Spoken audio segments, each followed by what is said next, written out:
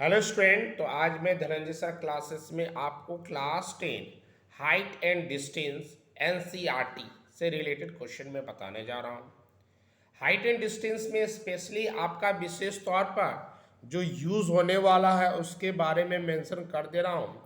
जैसा कि आपको टेन थीटा का ज़्यादा यूज़ होगा, tan theta P by B होता है, sine theta P by H होता है, टेन 30 का वैल्यू 1/√3 होता है, साइन 30 का वैल्यू 1/3 होता है, टेन 45 का वैल्यू 1 होता है और टेन 60 का वैल्यू जो है वह √3 होता है। इससे रिलेटेड आपको ज़्यादा क्वेश्चन आएगा।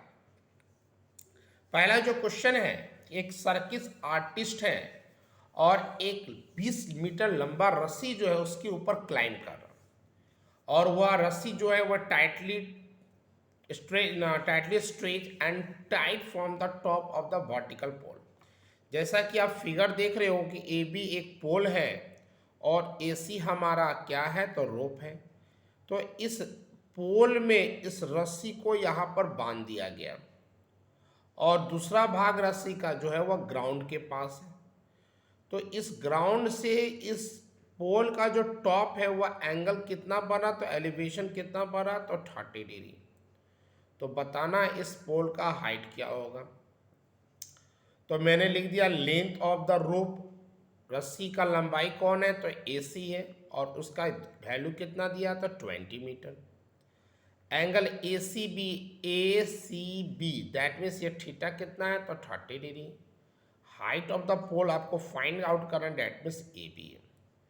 याद ये रखना, जब भी हम लोग क्वेश्चन सॉल्व करेंगे हमेशा राइट ट्रायंगल को खोज करेंगे कि राइट ट्रायंगल मेरा कौन सा बन रहा है। तो आप देख रहे हो ए बी सी एक राइट ट्रायंगल है। तो राइट ट्रायंगल में जो नीचे में होता है वह बेस हो जाता है, ये स्ट्रेट होता है वह परपेंडिकुलर होता है और ये जो स्लाइडर जो होता है वह हाइपोटेनस होता है। तो हमें क्या निकालना है, तो हमें पोल निकालना है, परपेंडिकुलर निकालना है।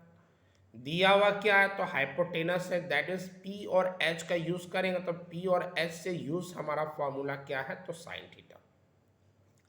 तो sine theta is equal to P by H होता है और थीटा हमारा कितना दिया हुआ था, 30। तो साइन 30 लिख दिए।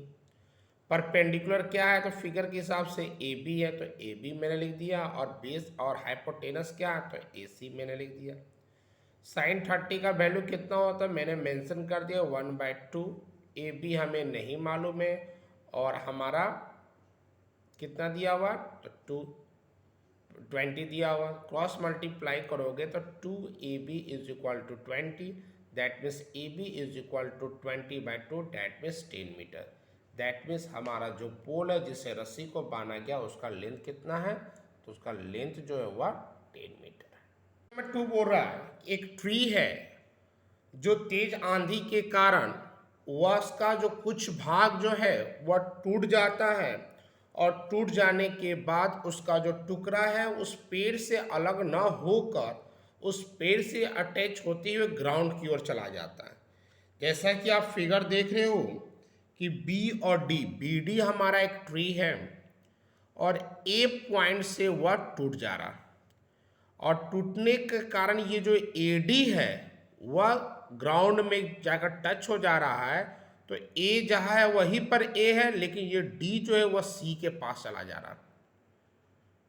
तो आपका जो ट्री का जो आपका जो रूट है और आपका जो ट्री का जो टॉप है उसके बीच की दूरी 8 मीटर है और वह एंगल बना रहा है 30 डिग्री। तो बताना है कि एक्चुअल में हाइट ऑफ द ट्री कितना था।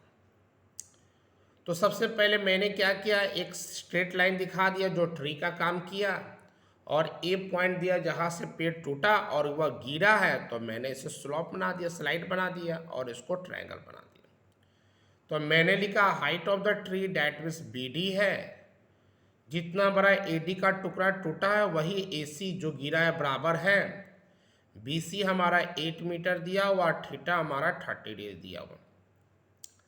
जैसा कि हम जानते हैं triangle A B C right triangle है, क्योंकि हाइट एंड डिस्टेंस जब भी बनाएंगे ट्रायंगल मस्ट भी राइट ट्रायंगल होना चाहिए।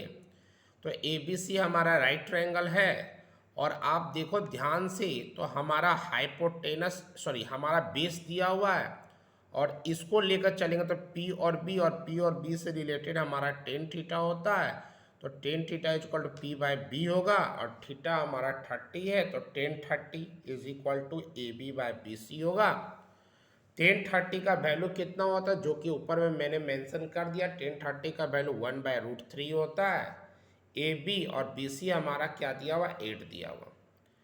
तो अगर हम उसको लेकर चलेंगे तो A B is equal to क्या हो जाएगा, तो 8√3 A B is equal to 8 हो जाएगा, और A B is equal to 8/√3। जैसा कि हम लोग जानते हैं कि डिनोमिनेटर में रूट नहीं होता, इसलिए रेशनलाइज कर दिए, रूट नीचे में 3 था इसलिए 3 से ऊपर नीचे मल्टीप्लाई कर दिए, तो क्या हो गया 8√3/√3 क्या हो जाएगा, तो 3 हो जाएगा।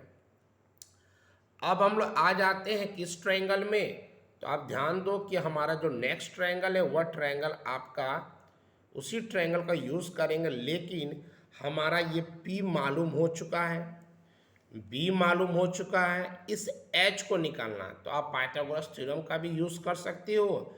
मैंने साइन थीटा का यूज़ किया क्योंकि साइन थीटा P/H होता है, P हमें मालूम हो गया तो H निकाल लेंगे।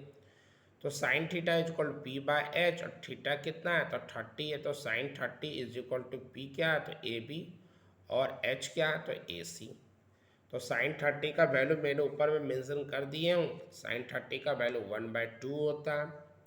AB हमारा कितना आया, तो 8√3/3 है, तो 8√3/3 लिख दिए, और AC हमें नहीं मालूम है, तो फिर मैंने 1/2 का 1/2 ही लिख दिया, 8/8√3, और ये 3 चला जाएगा तो 3AC हो जाएगा।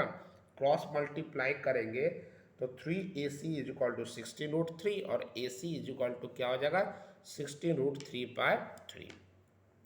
हमारा जो हाइट ऑफ द ट्री जिसके बारे में हमने बोला था वह क्या हमारा है, तो BD है। हाइट ऑफ द ट्री हमारा क्या है, तो BD है, और BD को हम लिख सकते हैं क्या, तो BD is equal to AB plus AD।